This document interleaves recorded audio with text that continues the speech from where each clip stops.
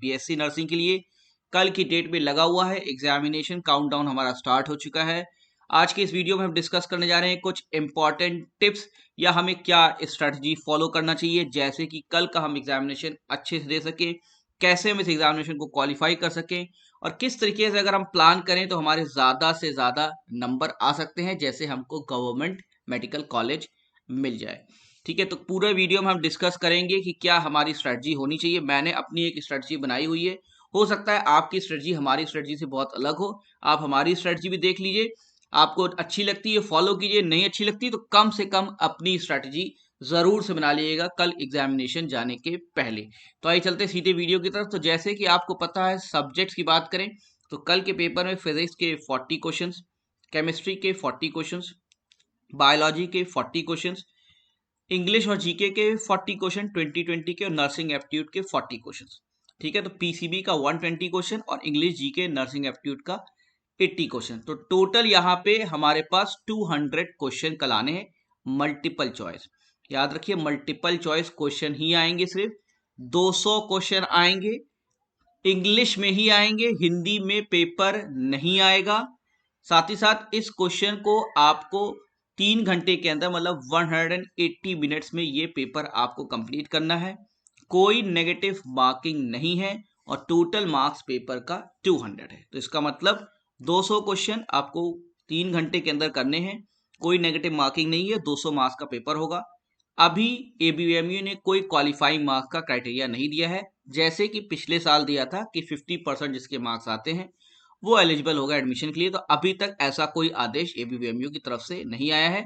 आप लेकिन कोशिश कीजिए अच्छे से अच्छा मार्क्स, मिनिमम 50% तो आना ही चाहिए, उससे अच्छा मार्क्स लाने की कोशिश कीजिए जैसे आपको अच्छे गवर्नमेंट मेडिकल कॉलेज मिल जाए।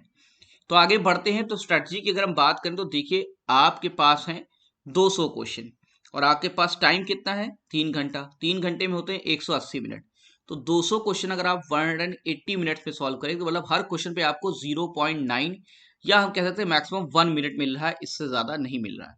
अब इसमें बायोलॉजी के भी होते हैं, फिजिक्स के भी क्वेश्चन होते हैं। तो हमें क्या करना चाहिए, मुझे ऐसा लगता है कि अगर मैं पेपर अटेम्प्ट करूं तो मेरे सबसे स्ट्रांग चीज होगी बायोलॉजी, क्योंकि हम 12th 11th पास करके आ रहे हैं और बायोलॉजी स्ट्रीम वालों के लिए इजी होती है। 40 क्वेश्चन आते हैं, तो सबसे पहले मैं बायोलॉजी के क्वेश्चन अटेम्प्ट करूंगा। 40 क्वेश्चन मुझे अटेम्प्ट करने हैं। 40 क्वेश्चंस पे जो क्वेश्चन मुझे आते चले जा रहे हैं मैं उसे मार्क करता हुआ चला जाऊंगा। ठीक है, अब मार्किंग कैसे करनी है, मार्किंग आपको करनी है ओएमआर शीट पे। तो ओएमआर शीट आपको अलग से मिलेगी, क्वेश्चन बुकलेट आपको अलग से मिलेगी। ठीक है, अब क्वेश्चन बुकलेट पे आप मार्क करिए ना करिए, लेकिन ओएमआर पे जब तक आप बबल नहीं बनाएंगे पूरा कंप्लीट तब तक तो मार्क किया नहीं जाएगा। तो मैं क्या करूंगा कि मैं 40 क्वेश्चंस अगर मैं हूं तो मैं 40 क्वेश्चंस बायोलॉजी के पहले अटेम्प्ट करूंगा। उसमें मुझे जो बिल्कुल कंफर्म क्वेश्चन आता है जिसमें मुझे जरा सा भी कंफ्यूजन नहीं है, जरा सा भी कंफ्यूजन नहीं है, तो उनको मैं मार्क करते हुए बबलिंग करते हुए चला जाऊंगा। और जो नहीं आ रहे हैं मुझे उनको मैं टिक कर लूंगा, जिसको मैं बाद में देख सकता हूँ। ठीक है, इससे अब क्या होता है कि बायोलॉजी नॉर्मली हम लोग की स्ट्रांग रहती है, बायोलॉजी स्ट्रीम वालों की। तो हमें बायोलॉजी का पेपर देख के थोड़ा आसानी लग सकती है कि हाँ हमें क्वेश्चन समझ में आ रहा है। अगर शुरू में फिजिक्स अटेम्प्ट करने लगे और मान ली फिजिक्स कठिन आ गई तो आपका मोराल भी डाउन हो जाता है। तो सबसे पहले हमने क्या किया कि बायोलॉजी क्वेश्चन 40 अटेम्प्ट किए, जो आते गए उसे मार्क करते गए, जो नहीं आ रहे उसको छोड़ दिया क्योंकि हमें पूरा क्वेश्चन पेपर देखना है। फिर हम आगे नर्सिंग एप्टीट्यूड पे, क्योंकि बायोलॉजी से रिलेटेड होता है तो हम इसके 40 क्वेश्चंस देख रहे हैं कि इसे हम अच्छे से कर ले। थोड़ा शुरू शुरू में सुबह क्या होता है, माइंड भी फ्रेश होता है, तो आपकी जो नई नई तैयारी होती है तो बायोलॉजी और नर्सिंग एप्टीट्यूड के क्वेश्चंस आप करते हुए चले गए और आपका ज्यादातर पोर्शन इसमें कवर होता चला गया। जब हमारा बायोलॉजी और नर्सिंग एप्टीट्यूड हो गया तब मैं आऊंगा केमिस्ट्री के ऊपर। ठीक है, केमिस्ट्री भी क्यों आऊंगा, क्योंकि हमारे पढ़े हुए सब्जेक्ट्स हैं। अब केमिस्ट्री पे आते हैं तो केमिस्ट्री में न्यूमेरिकल्स होंगे, हो सकता है ना भी हो। ठीक है, बहुत कठिन पेपर भी नहीं आएगा। तो मैं क्या कर सकता हूँ, क्योंकि केमिस्ट्री में क्वेश्चंस आते रहेंगे उसे मार्क करता चला जाऊंगा, जो कठिन होंगे उसे छोड़ता चला जाऊंगा। तो अभी मेरा ये है कि शुरू से आखिरी तक मुझे पहले पेपर अटेम्प्ट कर लेना है। ऐसा ना हो कि मैं केमिस्ट्री का पेपर 3 घंटे तक करता रह जाऊँ। ठीक है, तो इस चीज में मुझे नहीं फंसना है, जो क्वेश्चन में टाइम लग रहा है उसको छोड़ के मुझे आगे बढ़ जाना है। ठीक है, क्योंकि बाद में आके हम फिर से दोबारा कर सकते हैं। ठीक, तो बायोलॉजी कर लिया, नर्सिंग एप्टीट्यूड कर लिया, केमिस्ट्री कर लिया। फिर बारी आई जीके और इंग्लिश की। ठीक है, ये जीके और इंग्लिश ऐसा पेपर होता है 20 क्वेश्चन। मान लीजिए जीके के आ गए तो जीके कोई भी अनसर्टेन होता है। मान लीजिए 20 क्वेश्चन में आपको बहुत कम क्वेश्चन समझ में आ रहे हैं या ज्यादातर क्वेश्चन समझ में आ रहे हैं, तो जो आ रहे हैं मार्क करते चले जाइए। इंग्लिश जब आप सॉल्व कर रहे हैं जिसमें आपको कन्फर्मिटी आ रही है, मार्क करते हुए चले जाइए। और आखिरी में आऊंगा मैं फिजिक्स पे। तो फिजिक्स क्योंकि सबका कब तैयार होता है, प्रिपरेशन भी कम होती है, थोड़ा कठिन भी लगता है। अब फिजिक्स जब आप कर रहे हैं तो मान लीजिए 40 क्वेश्चन है, 20 क्वेश्चन आपको आ रहे हैं, आपने 20 क्वेश्चन मार्क कर दिया, ठीक है। अब क्या हुआ आपका कि बायोलॉजी हो गया, नर्सिंग एप्टीट्यूड हो गया, केमिस्ट्री, जीके, इंग्लिश हो गया, फिजिक्स हो गया। इस पूरे प्रोसेस को करते करते मान लीजिए आपके हो गए 2.5 घंटा या 2.25 घंटा। अब आपके पास बचा हुआ है 45 मिनट का टाइम बचा हुआ है, 45 मिनट्स। तब अब मैं क्या करूंगा, पीछे जाऊंगा, पीछे जाके जो क्वेश्चंस मैंने मार्क कर रखे हैं, जिनको मुझे मैंने जो है इसका ओएमआर शीट में फिल नहीं किया है, उन क्वेश्चंस को मैं रिव्यू करूंगा और ये देखने की कोशिश करूंगा इसके क्या आंसर हो सकते हैं। अटेम्प्ट मैं सब करूंगा, छोड़ के कुछ नहीं आऊंगा। ये मेरी स्टूडेंट वाइज स्ट्रेटजी रही, क्योंकि नेगेटिव मार्किंग है नहीं तो मैं अपने क्वेश्चन बर्बाद नहीं करने वाला, ठीक है। तो मैं अटेम्प्ट तो हमें सब कुछ करके आना है, कोई भी क्वेश्चन छोड़ के नहीं आना है। बस हमें इस चीज का ध्यान रखना है कि जो हमारे कंफर्म क्वेश्चन है वो हमारे मार्क्स दे के ही जाएं। ऐसा ना हो कि हम सब कुछ करने के चक्कर में जो आते हुए क्वेश्चन भी गलत करके चले आए जल्दीबाजी में। तो इसीलिए मैंने कहा कि जो 200 क्वेश्चन में वो 120, 130, 140 या 160 जितने क्वेश्चन आपको आ रहे हैं, वो कम से कम जो सही आ रहे हैं वो पहले मार्क कर लीजिए। वो 40 क्वेश्चन, 30 क्वेश्चन, 70 क्वेश्चन जिसमें आपको कंफ्यूजन है, वो सेकंड राउंड में आके मार्क कीजिएगा। जैसे आपका कम से कम इतना तो क्लियर हो जाए कि जो क्वेश्चन मुझे आ रहे थे मैंने उसे करता हुआ चला गया हूँ, अब जो क्वेश्चन मुझे कंफ्यूजन है वो सेकंड राउंड में मैं अटेम्प्ट करूंगा। ये हमारी स्ट्रेटजी हो सकती है। अटेम्प्ट पे देखिए आपको ओएमआर शीट पे ही भरना है, ओएमआर शीट अलग से मिलेगी। बुकलेट पे भी इंफॉर्मेशन भरी जाती है, उसको भी भरिएगा, ओएमआर शीट में भी भरी जाती है, उसको भी भरिएगा। ओएमआर शीट में ध्यान रखिएगा कि उसको मोड़िएगा नहीं, फोल्ड मत कीजिएगा। कोई अगर उसमें गलती हो जाती है तो परीक्षा नियंत्रक या इन्विजिलेटर जो उस एग्जामिनेशन रूम में होते हैं उनको तुरंत इन्फॉर्म करिए, और उसमें रबिंग और कटिंग बिल्कुल मत कीजिएगा। कोई दिक्कत हो तो जो इन्विजिलेटर कहें वो कर लीजिएगा, ठीक है। फिर मैं यही कहूंगा कि जब शुरू से आखिरी तक आप क्वेश्चन अटेम्प्ट करेंगे तो कंफर्म क्वेश्चन की बबलिंग करते चले जाइए, और जो कंफर्म क्वेश्चन नहीं है उसको टिक कर लीजिए, लेकिन उसका बबल मत कीजिए। आप पलट के आइए, सेकंड राउंड में आप बबल कर सकते हैं। बबल का मतलब समझ रहे हैं ना, ओएमआर शीट को फिल करना। तो जैसे मुझे 1 से 200 क्वेश्चन थे, मुझे 140 क्वेश्चन बिल्कुल कंफर्म थे, तो मैंने उनका जो है सर्कल बनाता हुआ चला गया। जो नहीं कंफर्म थे उनको मैंने छोड़ दिया, लौट के आऊंगा जब आधा घंटा 45 मिनट बचा होगा, उन 60 क्वेश्चन को सेकंड राउंड में मैं अटेम्प्ट करूंगा, ठीक है। तो कंफर्म क्वेश्चन आप मार्क करते चले जाइए, क्योंकि कंफर्म क्वेश्चन आपको सीट दिलाते हैं, और बाकी क्वेश्चन जो कंफर्म नहीं होते वो आपकी सीट का अपग्रेडेशन करते हैं, मतलब आपको हेल्प करते हैं कि ज्यादा आप स्कोर कर सकें, ठीक है। अब आप ये क्या कर सकते हैं कि स्केच पेन तो आपको यूज अलाउड नहीं है, पेन तो आपको वहां मिलेगी ही। तो आप क्या कर सकते हैं, जैसे आपने पहले से 200 क्वेश्चन पहले कर लिया, उस पर आपने जो क्वेश्चन छोड़ रखे थे, मान लीजिए सेकंड क्वेश्चन में आपको कंफ्यूजन था, 10th क्वेश्चन में आपको कंफ्यूजन था, तो वहां एक स्पेशल मार्क आप लगा सकते हैं बुकलेट में, जैसे आपने स्टार बना लिया या कोई मार्क बना लिया कि ये मेरे वो क्वेश्चन जिसको मैं छोड़ रखा हूँ। तो जैसे आप पलट के आए तो मतलब वो मार्क बना हुआ था, पता चला ये क्वेश्चन मैंने छोड़ा है, पता चला आप फिर मैच करा रहे हैं कि यहाँ मैंने बबल में इसमें नहीं किया, देखें ये कौन सा क्वेश्चन, ऐसा मत कीजिएगा। तो पहले से 200 आपने कर लिए, तो मान लीजिए आपको सेकंड नंबर वाला क्वेश्चन नहीं समझ में आ रहा, आपने छोड़ रखा है, फोर्थ वाला नहीं समझ में आ रहा, आपने छोड़ रखा है, तो सेकंड पे एक मार्क बना दिया, स्टार बना दिया या कोई मार्क बना दिया, इसका मतलब ये मैंने छोड़ रखा है। फोर्थ पे एक मार्क बना दिया, छोड़ रखा है, तो बुकलेट से ही आपको क्लियर हो जाएगा कि आपने कौन सा छोड़ा है। अगर आप ओएमआर शीट से देखेंगे कहाँ कहाँ मैंने बबल नहीं किया, तो उसमें आपका टाइम वेस्ट होता है, ठीक है।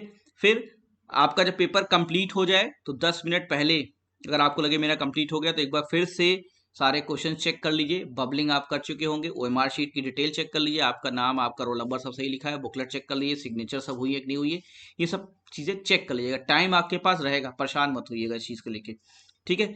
सर्कल करते समय ध्यान रखिएगा कि बच्चे क्या करते हैं, जो सर्कल रहता है मतलब जो ओएमआर शीट पे बबल बना रहता है, ठीक है, उसको जो है जो पेन मिलेगी आपको उसी से आपको करना है। आपको अपनी पेन लेके नहीं जाना है, चाहे ब्लू मिले चाहे ब्लैक मिले, उसी से आपको करना है। नॉर्मली ब्लैक मिलती है, ब्लू भी मिल जाती है तो कोई दिक्कत नहीं है, लेकिन जो पेन मिलेगी उसी से आपको बबल करना है। पूरा बबल कीजिएगा, मतलब पूरा सर्कल भरिएगा।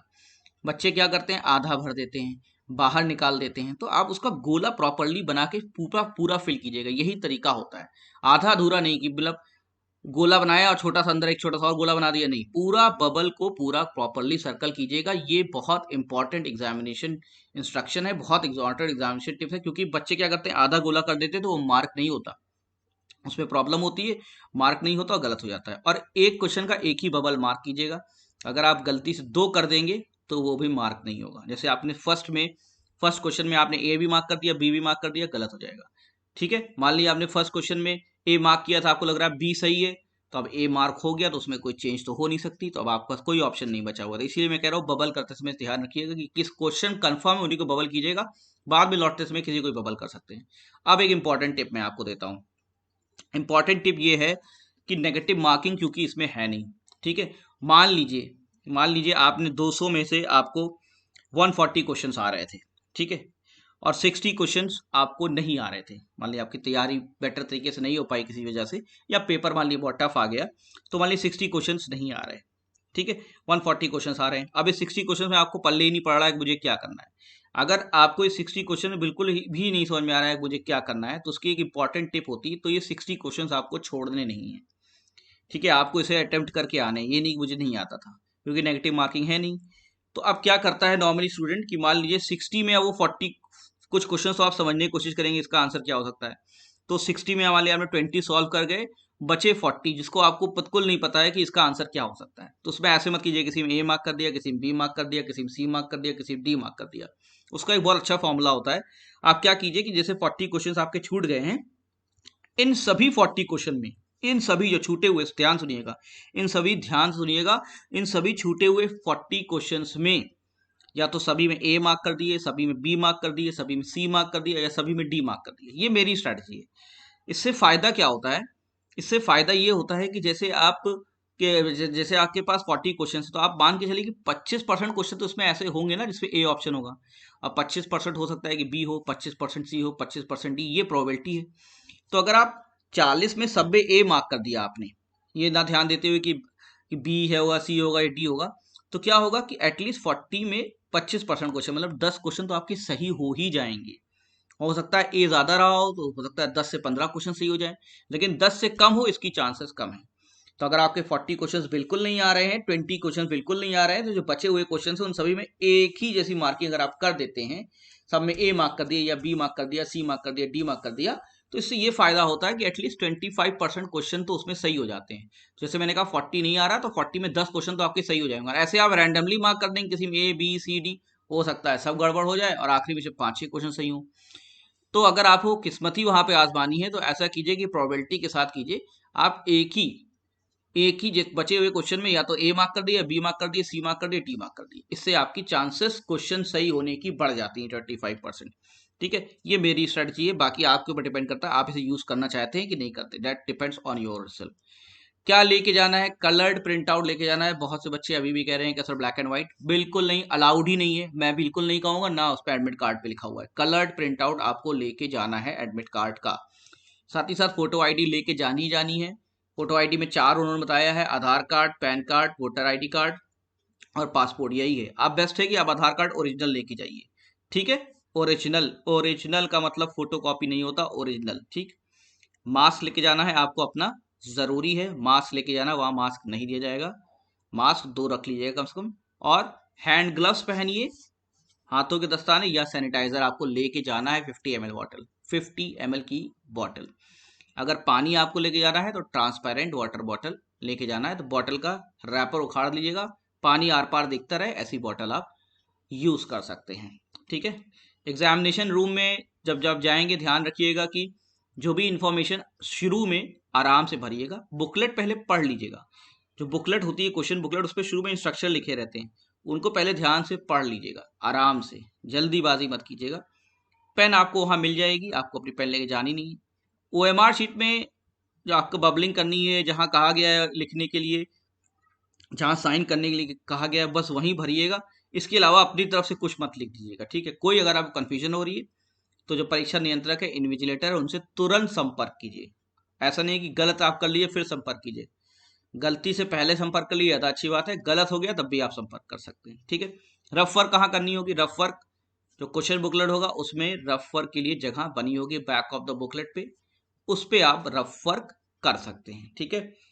और एग्जामिनेशन रूम से जब आप बाहर जाएंगे तो ओएमआर शीट के पीछे कार्बन कॉपी रहती है जिसको आप मार्क करेंगे, उस कार्बन कॉपी को आप फाड़ के अलग कर लेंगे, ओरिजिनल ओएमआर जमा हो जाएगी और उसकी कॉपी आप घर में ला के ले सकते हैं। जब आंसर की आएगी आप मैच करके दे सकते हैं कि आपके कितने क्वेश्चन सही हैं, ठीक है। रिलैक्स होकर एग्जामिनेशन देना है, परेशान होकर एग्जामिनेशन देना है। एक सैंपल कॉपी जैसे ओएमआर शीट की मैंने दिखाई है, कई बच्चे ऐसे इन्होंने ओएमआर शीट नहीं देखा हो, तो ये एग्जाम की नहीं है, पहले बात ध्यान सुनिएगा। ये एक जनरल मैंने दिखाया कि जैसे आपका उसमें क्या क्या रहता है, रोल नंबर ब्लॉक में भरने रहते हैं। ये एबीएमयू की नहीं है, मैं जनरल दिखा रहा हूँ। जैसे आप देख रहे हैं रोल नंबर लिखा हुआ, तो रोल नंबर ब्लॉक बना हुआ है, तो वहां रोल नंबर में 1 2 3 4 जो आपको रोल नंबर है वो आप भरेंगे, ठीक है। और जो बबल करते ध्यान रखा कि जैसे आपको रोल नंबर है 2 3 6 6, ठीक है, तो पहले में आपने 2 लिखा, फिर 3 लिखा, फिर 6 लिखा, फिर 6 लिखा, अब जब बबल करते हैं तो नीचे 2 में ही बबल कीजिएगा, 3 वाले में 3 में बबल कीजिएगा, 6 वाले में 6 में बबल कीजिएगा। तो जिस कॉलम के नीचे जो बबल आ रहा है उस नंबर को बबल करना है। बबल करते समय बच्चे बहुत सी गलती करते हैं, क्या कर देते हैं कि वो एक ही साथ लाइन में बबल करते चले जाते हैं। बबलिंग में आपको कोई भी मतलब सर्कल भरते हुए कभी भी कोई दिक्कत आ रही, नहीं समझ में आ रहा, तुरंत इन्विजिलेटर से पूछिए भरने से पहले। शुरू में आप 5 मिनट डिले हो जाएगा, आपको सुकून है, लेकिन अगर आपने गलती कर दी तो आपको पूरे एग्जामिनेशन में टेंशन रहेगी, मैंने आंसर शीट या ओएमआर शीट गलत भर दी है। समझ में आई बात? शुरू में अगर आप 5 मिनट देर कर दिए तो उससे ज़्यादा दिक्कत नहीं है। शुरू में अगर आपने गलती कर दी तो आपको पूरे एग्जामिनेशन में टेंशन रहेगी, मेरी एग्जामिनेशन मार्क होगी कि नहीं होगी। इसलिए ओएमआर शीट बहुत ध्यान से भरना है, नंबर भरना है, बबलिंग करनी है। कोई कंफ्यूजन है तुरंत इन्विजिलेटर पूछिए, जल्दीबाजी मत कीजिएगा। ठीक है, फाइनल टिप यही है एग्जामिनेशन की। कल है एग्जामिनेशन, एग्जामिनेशन अच्छे से देने की कोशिश कीजिए। एग्जामिनेशन है, कोई आपकी पूरी लाइफ नहीं है, टेंशन बिल्कुल मत लीजिएगा। बहुत रिलैक्स होके जाइए एग्जामिनेशन सेंटर पे, पहले पहुंचने की कोशिश कीजिएगा क्योंकि बारिश भी हर जगह बहुत ज़्यादा हो रही है। सेंटर पे पहले पहुंचिए, खा पी के आराम से जाइएगा। जो एग्जामिनेशन एंट्री टाइम 10 बजे है, 11 से 2 एग्जामिनेशन है। अपने एडमिट कार्ड पे इंस्ट्रक्शंस अच्छे से पढ़ लीजिए, टाइम से सेंटर पे पहुंचिए। जो भी टाइम आपके एडमिट कार्ड पे लिखा हुआ है, जो एग्जामिनेशन टाइम है, उसको अच्छे से पढ़ के उसके पहले पहुंच जाइए। रिलैक्स होकर एग्जामिनेशन दीजिए, फ्रेश माइंड से दीजिए, बिल्कुल टेंशन मत लीजिए। ऐसे बहुत से एग्जामिनेशन आते रहते हैं, जाते रहते हैं, वो एग्जामिनेशन आप ही के लिए बने हैं। बीएससी नर्सिंग भी आप ही के लिए बने हैं। आप ही में से बच्चे गवर्नमेंट कॉलेज मिलेगा, आप ही में से प्राइवेट कॉलेज मिलेगा। तो इसलिए टेंशन बिल्कुल नहीं लेना है, बहुत रिलैक्स होकर आराम से जो क्वेश्चन आ रहे हैं करते जा रहे हैं। अगर कठिन आता है पेपर तो सबके लिए कठिन होगा, उस हिसाब से मेरिट लो हो जाती है। अगर इजी आता है पेपर तो सभी के लिए इजी होगा, उस हिसाब से मेरिट लो हो जाती है। तो ये मत सोचिएगा कि पेपर बहुत इजी हो गया तो मेरा हो जाएगा तुरंत, भाई उस हिसाब से मेरिट भी हाई हो जाएगी। और ये हो गया कि पेपर कठिन आ गया सर, मेरा तो बहुत खराब हुआ, ऐसा नहीं होता। डिपेंड करता है कि बाकी बच्चों ने कैसे किया, तो रिलेटिव मार्किंग होती है। इसका मतलब ये है कि पेपर देख के मत ये सोचिएगा कि बहुत ईजी आ गया या बहुत टफ आ गया या मीडियम आ गया। पेपर आपको अपनी तरफ से बेस्ट तरीके से एफर्ट लगा के उसको देना है, रिलैक्स होके देना है। कोशिश करना है कि ओएमआर शीट क्वेश्चन बुकलेट अच्छे से आप भर लें, सभी बबलिंग प्रॉपर हो, एग्जामिनेशन सेंटर पे आप टाइम से पहुंचें, अंदर अच्छे से रिलैक्स माइंड से पेपर दें। शुरू में पहले एक शुरू से पेपर देख लें, पेपर में आप जो आ रहा है उसको बबल करते चले जाएं, जो नहीं आ रहा है उसको लौट के आके बबल करें। सारे क्वेश्चन अटेम्प्ट करके आए, नेगेटिव मार्किंग दीजिए। 200 क्वेश्चन ही आएंगे तो 200 बबल्स भी रहेंगे। यहाँ पे 100 दिखा रहा है क्योंकि ये सैंपल शीट है। 200 बबल करने होंगे आपको 200 क्वेश्चन में। ठीक है, कोई कंफ्यूजन होगा हमसे जरूर संपर्क कीजिएगा। Best of luck for tomorrow's examination. हम चाहते हैं आपका बहुत अच्छे सिलेक्शन हो, मेहनत किए हैं आप तो आप अच्छे से पेपर भी दीजिएगा, टेंशन बिल्कुल मत लीजिएगा। Best of luck for tomorrow examination. Thank you very much.